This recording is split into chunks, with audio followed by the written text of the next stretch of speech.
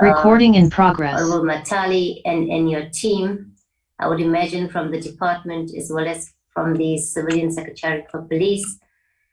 Just in terms of members who are currently present, we have Honorable Maleka, Honorable Mikolakis, Honorable Dlamini, Honorable Bartlett, Honorable Ndongeni.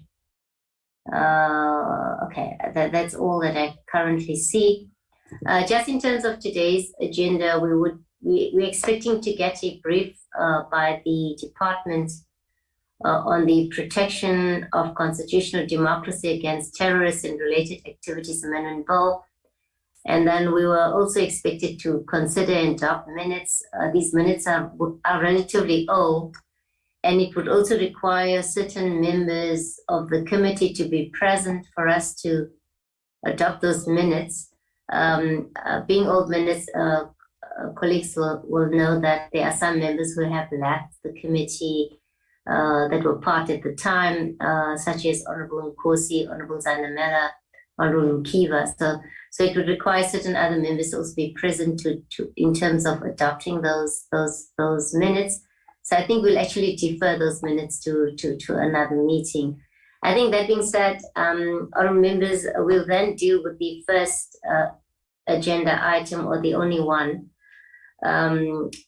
with regard to the Protection of Constitutional Democracy Against Terrorists and Related Activities Amendment Bill. This bill is intended to update the Protection of Constitutional Democracy Against Terrorists and Related Activities Act 2004. And the intention is to attend to developments in international law, to give effect to certain constitutional court judgments, and address challenges experienced with conducting investigations and prosecutions.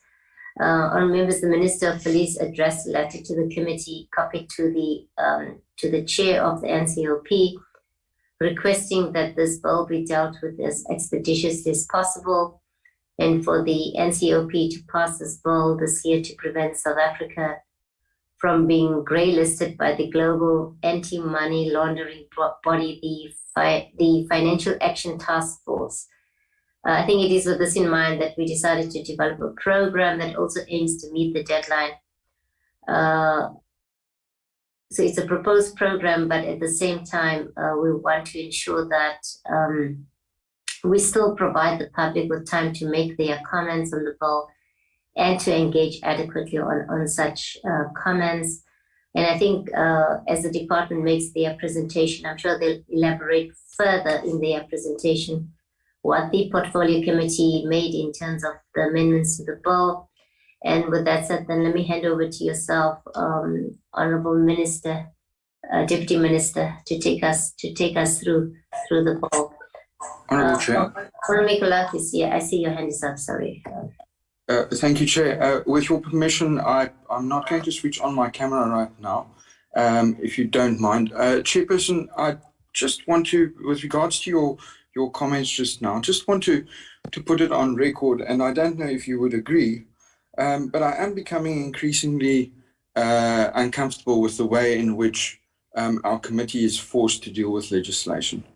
This is now the second bill that we are given a deadline by outside parties, where the time frame has been significantly shortened, either due to work done or not done by the executive and the other house, and then them taking time and then requiring from the NCOP to do our work within a very, very short time period. We can't possibly apply our minds properly to legislation of this nature in the way that's required of us. And I just want to put on record the fact that I am increasingly uncomfortable with the fact that the NCOP is treated in this way, and that it's expected of all of us, whether you're ANC, EFF, DA, doesn't matter, that it's expected of all of us to rush through legislation due to outside parties, the Executive and the National Assembly, taking their time and having no consideration for the NCOP. I would like to ask you as chairperson to please take this up with Chairperson Masondo, because at some point someone has to stand up for the NCOP. the work that we do is as important, and we have a constitutional mandate to make sure that decent legislation is passed through Parliament, and that includes on an equal footing the NCOP as the National Assembly is afforded. I am very uncomfortable with this, and I just want to put that on record. Thank you. Thank you very much, Honourable Mikolakis. I think your concerns and sentiments have also been raised by other members to me at a personal level. But I should also indicate to members that I have raised these concerns with the Chief Whip as well as the House Chair, Honourable Nyambi, around these issues, and I think perhaps I should also elevate the matter to the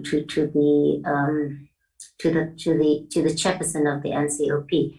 I think your concerns and sentiments are noted, and also it's been a concern of quite a few members of the committee. I think that being said, Honourable Mikolakis, we note that, and then let me then hand over to Deputy Minister, perhaps to take us through the ball. Yeah. No. Thank you, Chair. Good morning to the members of the committee. Once more, thanks very much for giving us the opportunity to appear before you this morning to present to you the Pokratada Bill, Amendment Bill 2022. I'm with the Acting Secretary, Mr. Amaru. The bill will be presented by the Secretary and the team led by Advocate Don Bell. If you may allow, Chair, I will request that we allow the Acting Secretary, Mr. Amaru, and the team to lead in the presentation of the bill. Thank you very much. Secretary. Thank you so much, Chairperson, Honorable Chairperson, Honorable Deputy Minister, and Honorable members. As the DM has already indicated, I'm with Advocate Don Bell, who will do the first part of the presentation, basically just to highlight the process that we followed, and then Advocate Yolanda Krizina will do the detailed presentation. Honorable Chair, if you allow, can I also indicate that in attendance we have got Brigadier Bert van der Walt from SAPS, who worked closely with us, and also Advocate Sean Brada from the Office of the Chief State Law Advisor, and also Mr. Peter Smith from Financial Intelligence Center.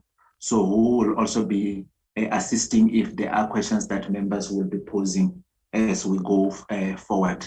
On that note, through you, Honorable Chairperson, I will hand over to Advocate Bell to start with the presentation. Thank you, Honorable Chairperson.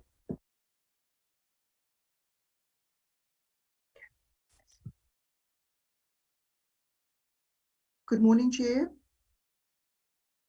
Good morning, DM, honorable members, Acting Secretary and colleagues on the platform. Chair, I would like to provide a background in relation to the process of the public consultations that were followed by the department and then later by the Portfolio Committee on Police. The department published the bill for comments in 2021. We received approximately 7 written submissions with substantive comments. The majority of these comments were incorporated into the draft bill that was introduced in Parliament in July 2022. Then the Portfolio Committee on Police published the bill and invited written submissions as well as oral representations by those who wished to do so.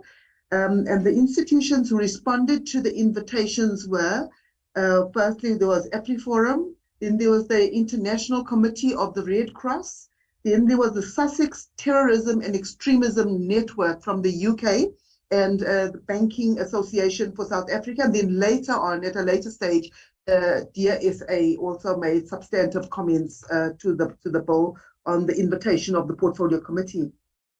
So all these submissions, Chair, were considered by the drafting team. Some of these concerns had already been addressed in the bill following the publication by the department, and those constitutionally compliant and useful were incorporated into the bill during the parliamentary consultations as well.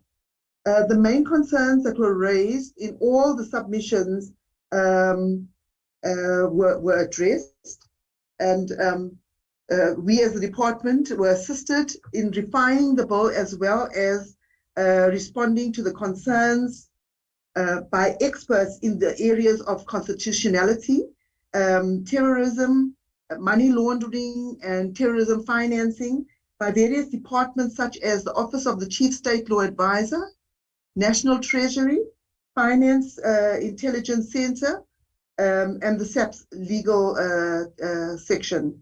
So the issues that were raised, that were consistent throughout the consultations, will be addressed by Advocate Tritzinger. And if you will allow me, Chair, I'll ask her to take us through the presentation.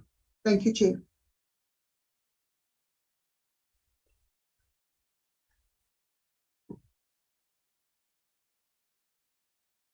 Good morning, Honourable Chairperson, Honourable Deputy Minister, Acting Secretary for Police, and Honourable members of the committee. I will be presenting the Protection of Constitutional Democracy Against Terrorist and Related Activities Amendment Bill, shortly mentioned as the Boktatara Bill, to the committee. During a compliance visit by United Nations Counter-Terrorism Executive Directorate to South Africa in 2018, the need to make provision in respect of foreign terrorist fighters in the Principal Act was expressed by the UNCTD, including the disparity between the sentencing regime, in terms of which a more severe penalty may be imposed in respect of money laundering as opposed to terrorist financing, and the lack of any reference to administrative sanctions for violating asset freezing orders. In addition to the UNCTD, the Boktatara Bill addresses the findings made by the 2019 mutual evaluation conducted by the Financial Action Task Force, FATF, of its anti-money laundering and combating of financing of terrorism system.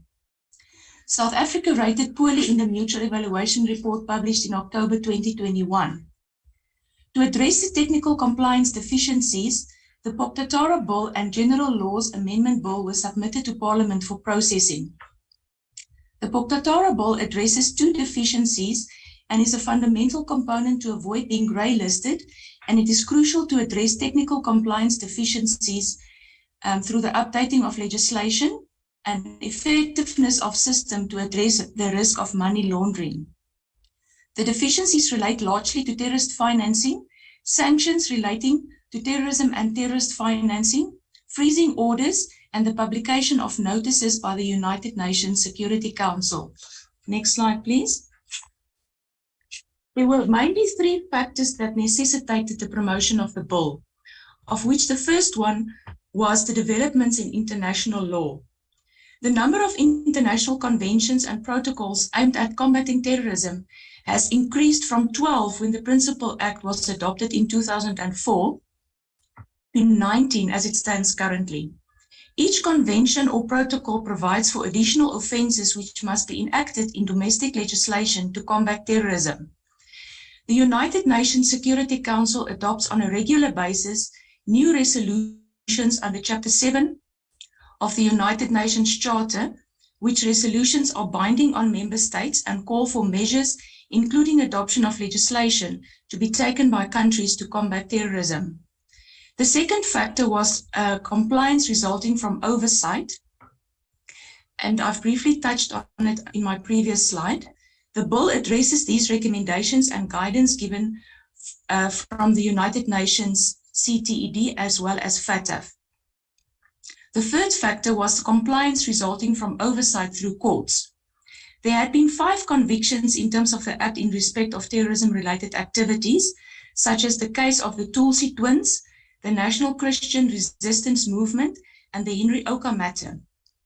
The bill addresses compliance matters that were pointed out in these court matters. Next slide, please.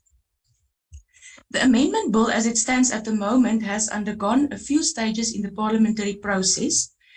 The bill was introduced in Parliament for processing in July 2022 as a Section 75 bill that does not affect provinces. The Portfolio Committee on Police published the bill for public comments in August 2022, but due to a limited number of submissions, the publication period was extended. Although the Portfolio Committee on Police did not receive a large number of submissions, they were all substantive in nature. In total, the committee conducted 10 meetings on the bill, during which the Civilian Secretariat for Police Service, Legal Services Unit of the South African Police Service, the Office of the State Law Advisor, National Treasury, the National Prosecuting Authority, and the Financial Intelligence Centre supported the process. Although the Portfolio Committee on Police amended several clauses proposed in the bill, none of the main elements were amended. Next slide, please.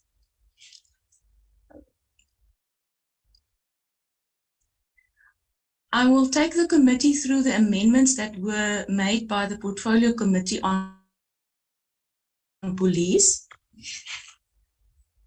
The bill initially inserted digital representation of cryptocurrency that can be traced into the definition of property. As a result of the public comments that we've received, which indicated that the definition of property is already an encompassing definition that would include digital representation, indicated that to provide legal certainty, we feel that crypto asset must be defined in the definition of property. We then inserted a separate definition of crypto asset in the definition section of the bill, which clarifies that crypto assets is neither money, movable and immovable property, corporeal or incorporeal things, crypto assets and any rights, privileges, claims and securities and any interest therein and all proceeds thereof. Clause 1 was further amended to clarify the definition of entity and to align it to Section 26 capital A3 of the Financial Intelligence Centre Act. The application of the provisions of the Financial Intelligence Centre Act relating to targeted financial sanctions to an entity is determined by details of notices that the Director Financial Intelligence Centre issues and includes a notice by the Director that the designation by the United Nations Security Council no longer applies to an entity. During the public participation process, it was realized that the conflict existed between Clause 25 of the General Laws Amendment Bill that seeks to delete the fact that the Minister of Finance will announce the adoption of resolutions by the UN Security Council in the Gazette, and provides that the Director FIC will publish such notices. The Poktatara Bill still had references to these notices. Hence, there was a need to align the Poktatara Bill, and then there was SAPS, also Clause 22. Then the Clause 2 was amended to include the fact that the provision of terrorist-related training is an offence, and not only the receiving of such training, and that such training is an offence whether it is training in person, whether or not manner. Clause 3 was deleted. Clause 3 initially was inserted and related to the prohibition of publications with unlawful terrorism-related content. The deletion was based on concerns that it would infringe on the freedom of expression and that the clause will also pose potential constitutional challenges. Hence, Section 3 capital A was deleted. Clause 20, it deleted Section 24A related to the application for a decryption direction, as this is already captured in the Cybercrimes Act. Lastly, in Section 24B, related to the disabling of access to internet or social media sites, this was comprehensively reviewed and changed by the committee. The clause now refers to an order to take down or disable access to terrorism publications and is more in line with the protection of individual rights.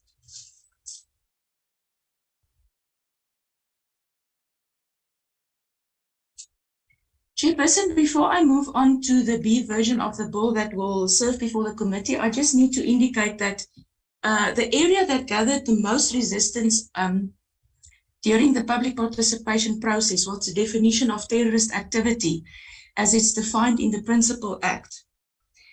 Now, I just need to indicate that the definition of terrorist activity in the Principal Act has been in existence since the year 2004.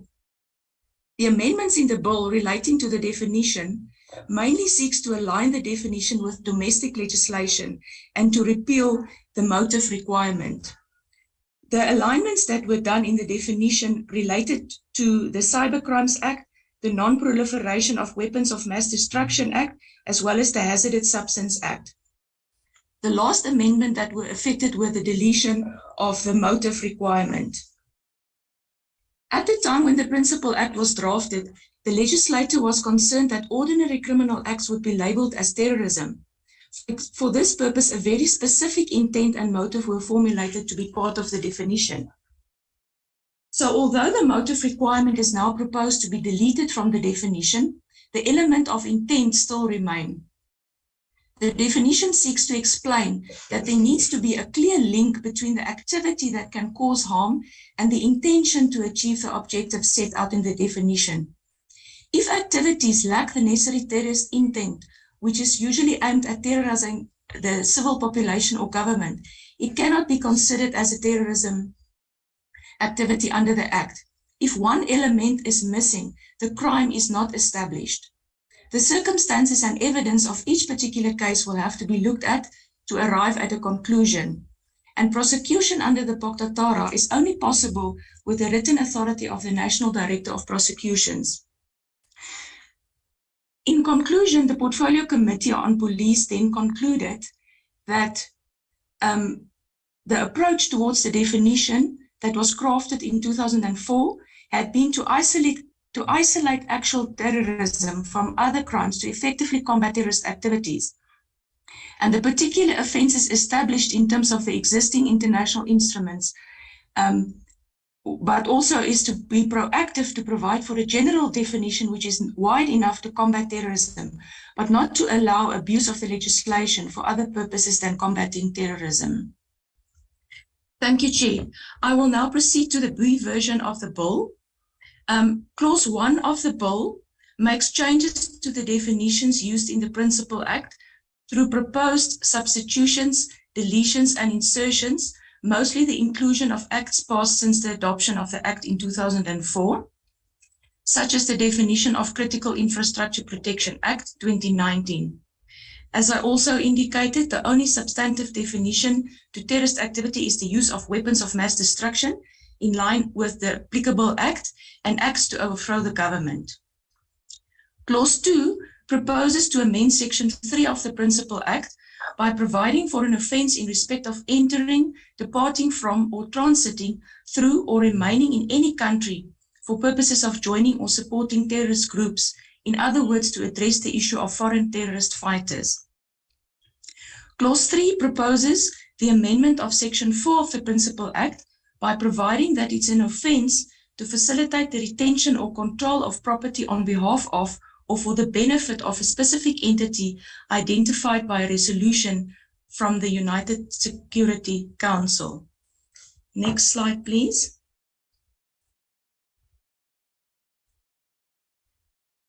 Clause 4 seeks to insert Section 4 capital A in the Principal Act in order to provide for an offence in respect of an attempt to leave the Republic for the benefit of, at the direction of, or in association with a terrorist group.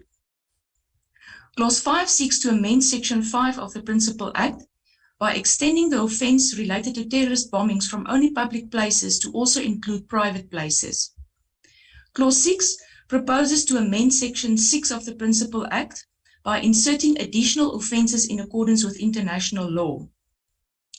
Clause 7 proposes to amend the heading to section to read offences related to taking hostage thus just deleting the word A, which is in accordance with legislative drafting practices. Clause 8 proposes the amendment of Section 9 of the Principal Act to provide that it will be an offence to by any other means seize or exercise control of an aircraft for the purposes listed in Section 9. Clause 9 proposes to amend Section 10 of the Principal Act by providing for additional offences in accordance with the Convention for the Suppression of Unlawful Acts Against the Safety of Maritime Navigation, 1988, as amended by the Protocol to the Convention for the Suppression of Unlawful Acts Against the Safety of Maritime Navigation, 2005. Next slide, please. Clause 10 proposes to amend Section 11 of the Principal Act by substituting the reference to a specified offence with the offence of terrorism referred to in Section 2. An offence associated or connected with terrorist activities referred to in Section 9, any convention offence, or an offence referred to in Section 13 or 14. Clause 11 proposes to amend Section 12 of the Principal Act by providing that no duty of secrecy or confidentiality or any other restriction on the disclosure of information, whether imposed by legislation or arising from the common law or agreement, affects compliance by an accountable institution, a supervisory body, reporting institution as defined in the Financial Intelligence Center Act, or any other person. Clause 12 seeks to amend Section 13 of the Principal Act by providing that the use of false threats to intimidate the public or to divide police resources in order to enable the commission of a crime is an offence. Clause 13 seeks to simplify the language of Section 15 of the Principal Act following the Constitutional Court judgment of S versus Oka. It further amplifies the jurisdictional issues of the Principal Act, as well as where a warrant in respect of offences in terms of the Principal Act may be obtained under the Criminal Procedure Act 1977. The clause further provides that persons who are not citizens of the Republic, who are not ordinarily resident in the Republic, or persons who are stateless, must be advised of their rights to consular assistance from the state where they are ordinarily resident or of which they are citizens. The clause in terms of international obligations provides that the relevant governments must be informed of the arrest of such a person for a convention offence. Next slide, please.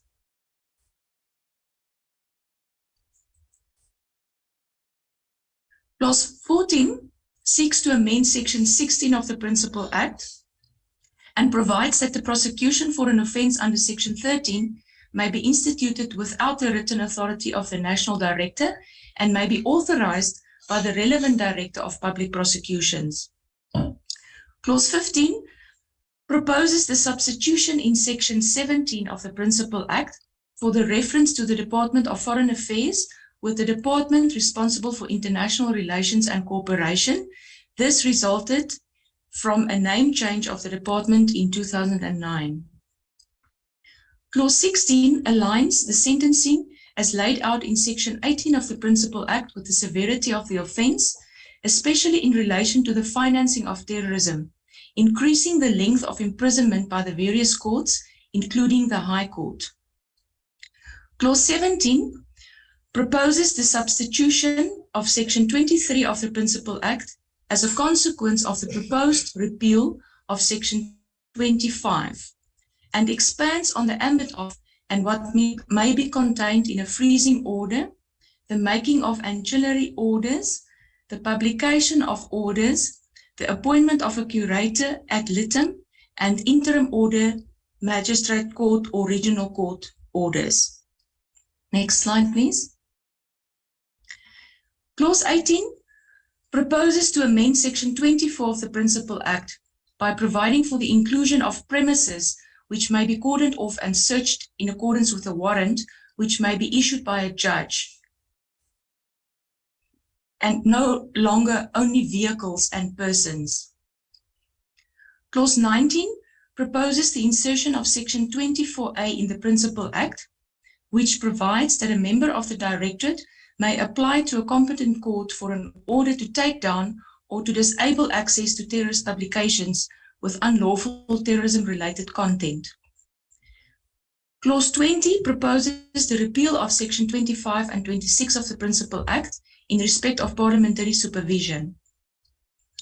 Then lastly, Clause 21 proposes amendment to Section 27 of the Principal Act by providing that any proclamations issued under Section 25 of Pactatara remain valid and have the same force and effect as a notice referred to in Section 26 capital A3 of the Financial Intelligence Centre Act. In conclusion, the deficiencies identified by both the United Nations and the Financial Action Task Force have been dutifully addressed, especially in terms of foreign terrorist fighters, terrorist financing, as well as jurisdictional issues. The strengthening of the country's framework against terror financing will limit the flow of funds to terrorist organizations, will lead to safer communities, as well as greater social integration of the citizens of South Africa. The enactment of the bill into law by the end of this year will prevent the joint group to recommend to the FATF plenary in February 2023 that South Africa be grey listed. That's the end of my presentation. Thank you, Chairperson.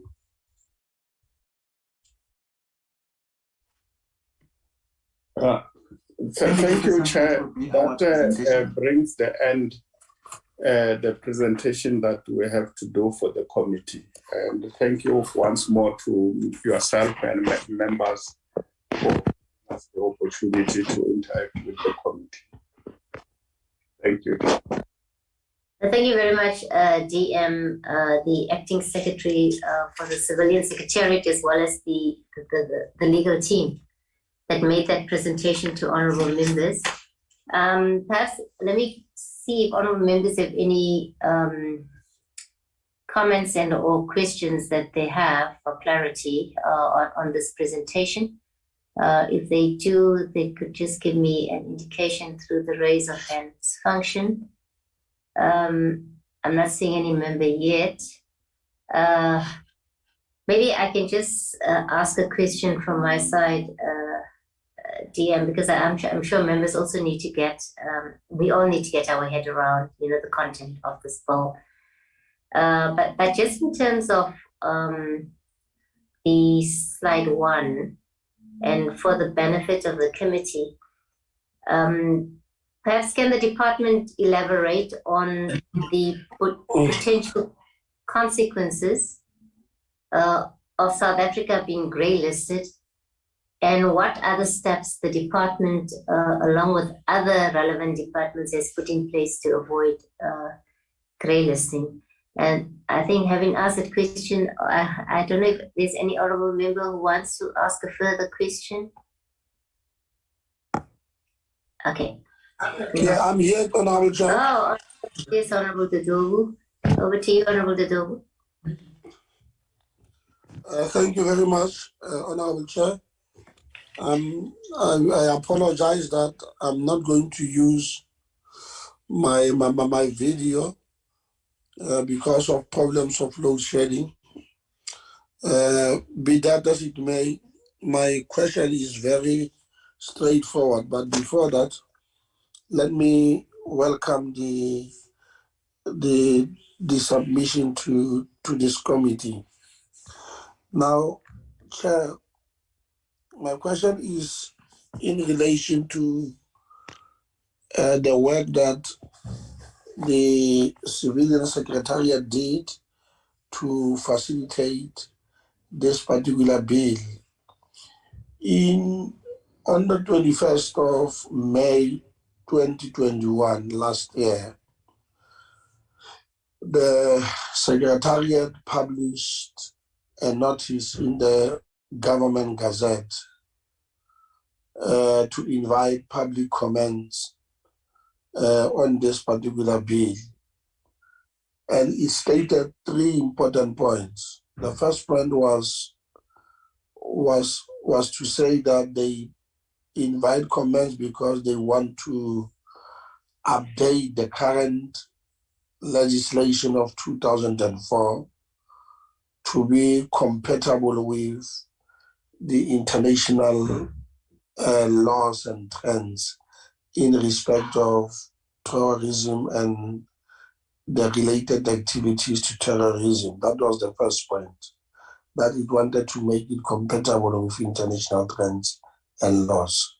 Secondly, was to give effect to the Concord judgments in respect of this particular matter. Now, my question is, what are those specific areas which were highlighted by the Concord in respect of this matter? Were there any judgments which declared the current legislation invalid insofar as certain provisions or not? And if so, which are those, and the timelines that the Concord would have stipulated in this particular regard? Thank you very much. I hope that I'm very clear, because I want to establish whether if the Concord did identify specific sections and declare them invalid, and which are those, if that is the case, and what are the timelines in respect of those particular provisions. Thank you for now. Thank you. Yeah, thank you, Honorable Dodova. I think your question was pretty much clear. Any other member? Okay, yeah, if not, maybe Deputy Minister, are there also any other financial implications related to the bill, if that can also be responded to? Over to you then, DM, and your team.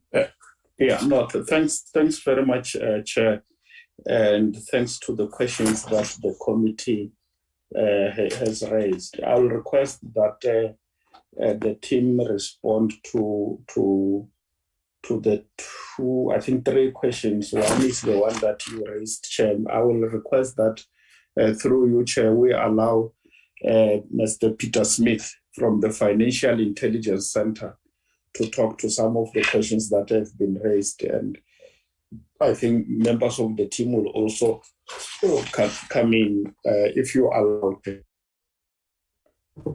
Please continue, dear. Yeah, Mr. Smith. Thank you, Mr. Deputy Minister, Honourable Chair and Honourable Members. Good morning. Your voice is low. Can you get closer to the mic so that you can be audible, please? Thank you, Mr. Deputy Minister. I hope that is better. I'll try to speak up as well. So I hope everybody can hear me now. I don't want to take up too much of the committee's time, but I think it is useful just to take a step back and explain what the FATF is and how this grey listing process of theirs work, and why it's relevant for us in this discussion on the amendments to the Pakatara Act. The FATF is an international or intergovernmental body that sets international standards for countries to meet when they implement measures to combat money laundering and combat the financing of terrorism. So it's all aimed at protecting our institutions from abuse for illicit finance purposes, in short. Some of those standards require measures that should be in place to criminalize the financing of terrorism. In other words, to make it a criminal offense to support terrorist organizations with material or finances, provide financial services, and so forth. And another one of those standards relate to the requirement for countries to be able to freeze assets and prevent assets from being made available to terrorist organizations or individuals involved in terrorist activity. And it is relevant for the amendments in this bill. So the sections in the Pakatara Act that relate to the financing of terrorism, criminalization thereof is Section 4, and there are amendments in the bill on Section 4 to improve the provisions there. And these were pointed out Africa's system were assessed the financial and some of the amendments relate to the implementation of UN Security Council sanctions, targeted financial sanctions, and amending also the FIC Act consequentially to address the findings again there. The reason why grey listing is being discussed here is once a country is assessed by the Financial Action Task Force, it is given time to address the findings and improve on the deficiencies that were identified in the mutual evaluation. The mutual evaluation is a peer review. South Africa is a member of the Financial Action Task Force, so it is our peers or in countries in the organization that reviewed us, and we do the same. We participate in reviews of theirs. And then we are in this process of a follow-up after the evaluation is completed. And the whole point of the follow-up process is to ensure that countries all play by the same rules. They've committed to implement the standards, and this is to ensure that they then do that and they do so effectively. And if a country then is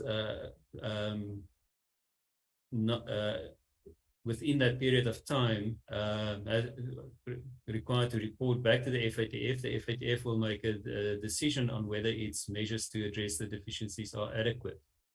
And that is where the peer review and peer pressure principle is applied. If a country's measures are not adequate or it has not addressed the findings, then the FATF members will apply peer pressure to each other. And the grey listing is one form of that. The measures to address the findings go far beyond these amendments in the bill. And there's a fairly large team of people working under the coordination of the Director or Acting Director General of the National Treasury to address all the findings that came out of the mutual evaluation report across all the areas of our work. This includes financial sector supervision. This includes criminal investigation, prosecutions of money laundering, criminal investigation and prosecutions of terrorist financing, providing access to certain types of information for financial institutions, such as the beneficial ownership of companies. So it's a very wide and disparate range of things that South Africa has to do based on the findings from this mutual evaluation. And two of those are also to amend the provisions in our Pakatara Act, as I've said earlier, that relate to financial sanctions and that relate to the criminalization of terrorist financing. These two things are part of the core recommendations of the FATF, the core standards of the FATF: criminalization of money laundering, criminalization of terror financing, and requiring financial institutions and others to do due diligence on their customers. Those are three of the core elements that the FATF considered to be absolutely essential building blocks for an effective system to combat money laundering and terrorist financing. And that is why these two specific standards are very important for us to address also, because these are seen as fundamental to our system to combat financing of terrorism in this case. The consequences of grey listing are quite severe, because that announces to the rest of the world that the country has what the FATF calls strategic deficiencies. In other words, some of these core elements of the country's system are not up to standard. And financial institutions around the world generally they take that into account to determine how they continue doing business with their counterparts in such a country. And typically that means for those financial institutions that they may be exposed to higher risks of money laundering or terror financing coming to them through their relationships with our financial institutions. And they would therefore apply greater scrutiny to those transactions, subject them to more questions, and that increases costs, it slows down business, especially cross-border trade, financing and support for import-export business, etc.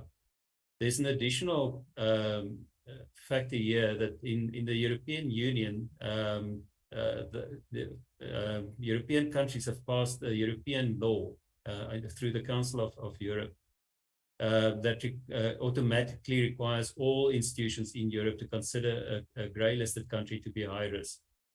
And they don't delve into the details of why or which institutions, or whether it's particular to certain sectors in that country. They just have a general approach to consider that a grey listed country is a high risk jurisdiction. And that will specifically impact our business relationships with financial institutions in Europe. And so there are quite significant and serious concerns for us from that perspective and from the grey listing perspective. I'll just conclude by saying that the perspective that South Africa has taken on this, and especially from the direction of the Acting Director General of National Treasury, is that we need to do what is necessary to address the findings of the Beach Evaluation Report. More importantly, because those are the things that South Africa needs to have in place to protect our own systems from exploitation. We have accepted and committed that we will meet the international standards of the Financial Action Task Force, because we recognize that those are the right things to do and the good measures to have in place to protect our system. So first and foremost, it's to protect our own interests, and I think secondary to that is also to meet the FATF processes and to demonstrate internationally that we are also committed to meeting those standards. Thank you. I'll stop there, Deputy Chair. Honourable Chair and Deputy Minister. If there are more questions, I can certainly provide more information. Yes, Secretary, do you have further comments with your team? Yes.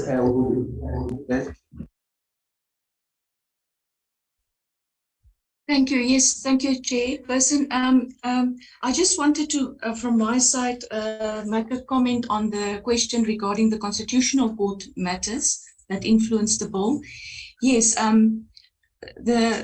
where the Constitutional Court judgment in the Henry Oka matter in 2018 finds its application in the bill is in clause 13 that seeks to amend section 15 of the bill, and section 15 of section 15 of the Act. Section 15 of the Act relates to jurisdictional issues, in respect of offences. And the court didn't really find section 15 to be unconstitutional or something wrong with it, but the court in its judgment indicated that it is of the opinion that section 15 must be simplified in terms of its language. And that was done, and then that the clause must be further amplified in terms of the jurisdictional issues. And it also addresses the issue about warrants in respect of offences in terms of the Principal Act that may be obtained under the Criminal Procedure Act. What the department did is, as soon as the court judgment came out, the department then started initiating the amendment to the Act based on the outcome of the court matter, not waiting, for a prolonged period before those amendments could be affected. So that's where the Constitutional Court matter found application in the bill is through clause 13. Thank you, Chair. Yeah, thanks, Chair. I think what one can say to the committee, just emphasizing the issues that Mr. Smith spoke to, is that the fact that, since the new democratic dispensation in 1994, South Africa became part of the United Nations, and thereby joining the international community and being part of them, being guided by protocols of these forums. And from time to time, there is a need for us as a country to be in line with our counterparts throughout the world as we deal with challenges that humanity finds from time to time. So these bodies that we are part of,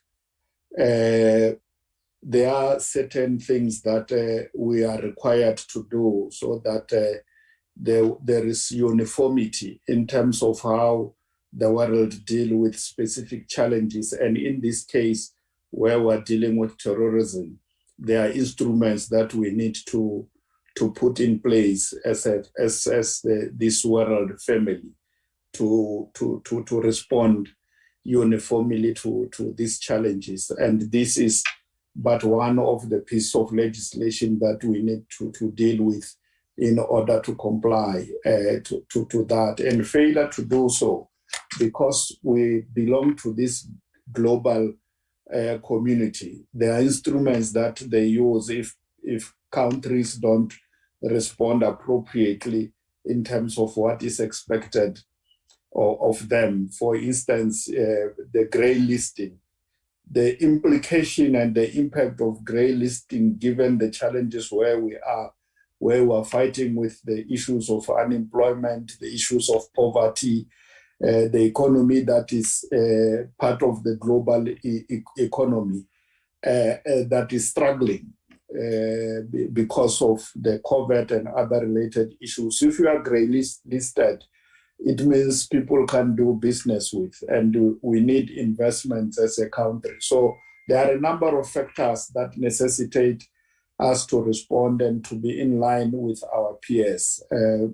I just thought, Chair, I should just emphasize this point. And of course, we take note of what members said in the opening, and I think through the proper channels, the challenges that you have confronted in this regard should be corrected so that we don't put each other in positions that are not appropriate. We should all operate not under duress when we are supposed to do things. But it's very important that the NCOP process this legislation so that we don't find ourselves as a country in a position that is not desirable. Thank you very much, Chair and members, for the questions that you have raised with us this morning and the opportunity you have given us to interface with you. Thank you. Thank you very much, DM and the team, and Mr. Smith as well, for the responses. Are there any follow-ups that any member would like to make?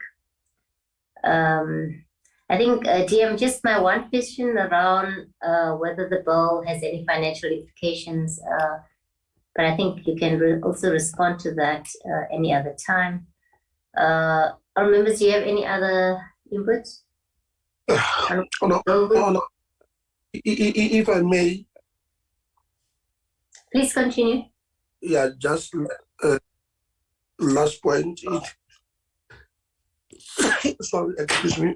In respect of this, firstly, I welcome the responses to the question, but my view is that,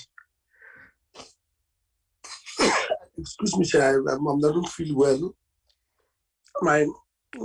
My question is, my point is that South Africa obviously is not immune from terrorist attacks and the activities that are pursued by the terrorist organizations. There's no question about it. And as early as 2013, we have seen some elements of terrorism taking place, like the presentation indicate the Tulsi twins, some people who were going to Syria for purposes of training and all of that. What concerns me is that South Africa, as one of the respondents indicated, there is that South Africa must honor the international obligations. That is correct, and its laws must be compatible with international trends. Now, in relation to the bodies where South Africa is involved, only the FATF was mentioned. What about other bodies that are relevant in this particular instance? Say, for example, our role in respect of the African Union. We know what is now happening in Mozambique in terms of the terrorist attacks and all of that. And what about the Eastern and Southern African anti-money laundering group that is established for these particular purposes? What impact will these organizations have in relation to the bill that is on the table? Thank you, Honorable Chair. Thank you very much, Honorable Dudo. Let me once again hand over to yourself, Deputy Minister. Yeah, Acting Secretary, can you comment on the questions through your chair? Thanks, DM. Yes, the concern raised by Honorable Rodolfo, it's noted, but we need to indicate that in dealing with the bill, we have taken into consideration all the conventions that South Africa is party to, and all the international and regional organizations. So all the issues that Honorable Member had raised, yes, we have been taken into consideration. So we believe that there are no ones that have been left behind. So everything has been taken into consideration. Maybe if a DM may allow me, the chairperson, just to comment also on the issue of the financial implications. So as was indicated when we started with the presentation, so this is basically strengthening and updating the Principal Act as it stands now. So we don't anticipate that there will be new financial implications beyond the issues around the grey listing. So what the departments or relevant departments or organs of state have budgeted for in their baselines will still cover the issues that are now brought about by this new bill. I think that's basically what one can say in terms of the financial implications. Thank you so much. Thanks, Chair. No, thank you very much, Deputy Minister and your team for the presentation and for responding to all of our questions and our comments.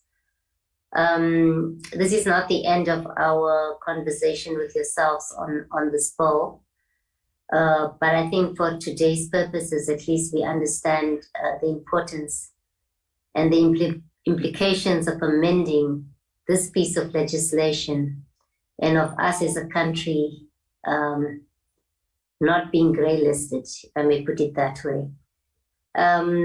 Honourable members, in terms of processing this bill, we have developed a draft approach with regard to that. We've also asked for a written legal opinion on the public participation process we intend to follow, given the circumstances, especially with regard to the impact of this bill will have on the country. I think that being said, we will proceed to advertise the bill for public comments from today till 1 p.m. on the 6th of December 2022. Thereafter, I think on the 7th, we will meet and also have oral submissions on the bill together with the department as well, so that the department would also respond to those submissions. That document has been sent to honourable members, and if you feel you need clarity on any aspect as well, you're welcome to raise it with myself and or with the committee secretary, Gershwin, on any matter that you feel you want more clarity on. I think that being said, let me then thank the Deputy Minister and the entire team that are with you, Minister, for your presence and attendance and responses. And I think this aspect of our agenda is done with. We will also release you from the meeting. Thank you very much. Thank you very much, Chair. Thank you. Thank you. Yeah. Honourable members, when I started the meeting, I think some members had joined the meeting when we had just started. So initially, when I noticed that not all members were present, especially members who are relevant to certain sets of minutes, which are pretty old for the committee, and I said perhaps we should defer the minutes. I'm not sure if members, if it's okay with you, if we could perhaps deal with those minutes so that we can dispose of them. They're quite old minutes. I just want to hear from yourselves if you're willing for us to do that. Good morning, Honorable Chair. I raised my hand. Can I speak? Oh, sorry, but Honorable Bartlett. Yeah, please continue. Yeah. No, Chair, I think it's better for us to rather deal with this minutes instead of deferring it. Because remember, we don't have a lot of time and we are still sitting now with another bill that we must deal with. If the members agree, I no problem if they change. Okay, Honorable members, are there any member that feels we should not deal with the minutes? Okay, if there are none, I think for the sake of expediency, perhaps let us then deal with the 4 sets of minutes. Gershon, are you going to be able to put it up on the screen? Remember, the first set of minutes is dated the 20th of April, 2022, and I'm just following the agenda as well. I see, Gershon, you've got the 16th of, sorry, it's the 16th of March, 2022. My apologies, honorable members. These minutes deal largely with the implementation of the Domestic Violence Act. In that meeting, we received a presentation by the South African Police Services on the implementation of the Domestic Violence Act, and we also received a presentation by the Civilian Secretariat for Police on the same issue. I think in terms of attendance, I think all members were present except for Honorable Denga and Honorable Tetwa, and members will also note that in those meetings, Honorable Nkosi and Honorable Zandamela were part of the committee at the time, and Honorable Kiva. So we have new members in the committee from that time. These are 2 pages of minutes. It's 5 pages of minutes. Remember, the minutes were distributed to yourself, but Gershon, if you could just go up or scroll up. That's down. Yeah. Okay, so basically the minutes refer to the 2 briefings, and it deals with the committee deliberations on the responses. You can continue scrolling up.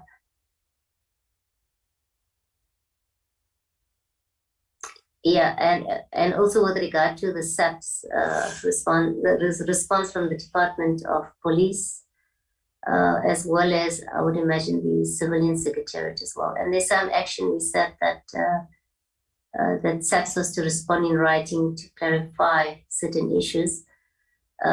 Please continue. And then we also got responses from the CSPS in terms of the implementation of the Domestic Violence Act. And the meeting closed on that note. All right, on certain matters related to the meeting.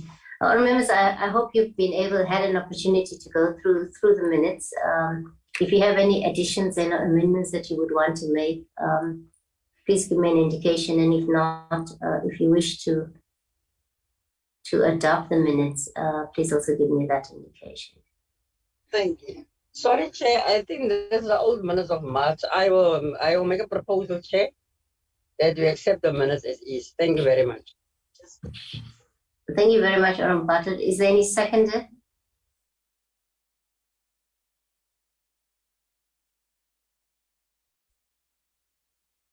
Members, any seconder to the minutes? I think Honorable. I do second, sorry. My gadget is failing me. I do second. Thank you very much, Honorable Dudobu. Are there any objections? Okay, none. We'll then move to the next set of minutes of the 20th of April, 2022. I think in that we dealt with the child justice regulations in that meeting. We received a presentation by the Department of Justice in relation to these regulations for approval in terms of Section 97, Subsection 2 of the Child Justice Act 2008. There were quite a few members also not present in that meeting. I think Honorable Member Mkiva, Jango, Mikalakis, Motsama, Hadebe, and Fissa were not present. And that meeting also we had Honorable Nkosi, Honorable Zanamela, also who were with us at the time. So the current members who are present, it would be Honorable Dodovu, Honorable Bartlett, in terms of the set of minutes, and Honorable Mtetwa, yes. Yeah, and Honorable Radebe, yes. Oh, no, he was not in the meeting. All right, I think there were just 4 members that are currently on the platform that were in the meeting. Now, members, this is just the proceedings of that that meeting. If you can go to the second page where we were briefed, we deliberated and received responses from the department, and we closed the meeting on that note. Our members, any additions, additions, corrections, and if not, if you would want to move for the adoption of those minutes. I move, Honorable Chairperson. Thank you very much, Honorable Bartlett. Any second?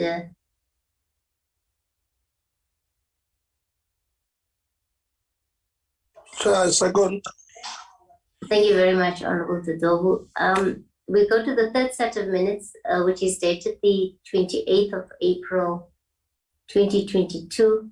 Members, this is pretty old. It's with regard to the SAPS APP. We received a briefing by the department on vote 28 and the APP for that meeting. The minutes largely deals with proceedings. It's actually 1 page, if I'm not mistaken. But just in terms of attendance, Gershon, can you just scroll up a bit? I think Honorable Mikolakis, myself, Honorable Bartlett, Honorable, it was just the 3 of us that were the Honorable Kadebe, yes, and Honorable Mtetwa, and Motsumai that were in that meeting that are still currently in the committee. On members, once again, if you have any additions and amendments that you'd like to make, and or if you want to move for adoption, kindly indicate so.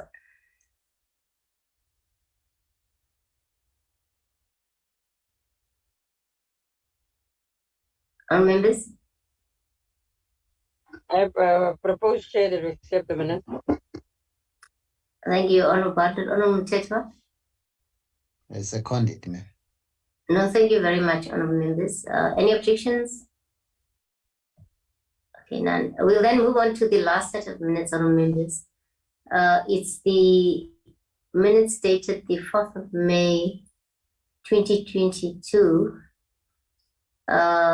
We also, in this minute, we dealt with the CSPS and the IPID APP, and we had briefings from both the Civilian Secretariat for Police Services and the Independent Police Investigative Directorate. These minutes, our members will also know that these minutes and the previous one culminated into a committee report that was adopted by the committee. Just in terms of members who are currently present in the meeting that were in that meeting, it's Honorable Motsumai, Honorable Mtetwa, Honorable Radebe, Honorable Bartlett, Honorable Fisser. I don't know if Honorable Fisser is here. But anyway, those are the members that were present in that meeting. Once again, all members, if you have any additions and corrections you'd like to make to this set of minutes, bearing in mind that we had a committee report that was adopted on these engagements. If there are no additions, is there any member that would want to move for the adoption of the minutes?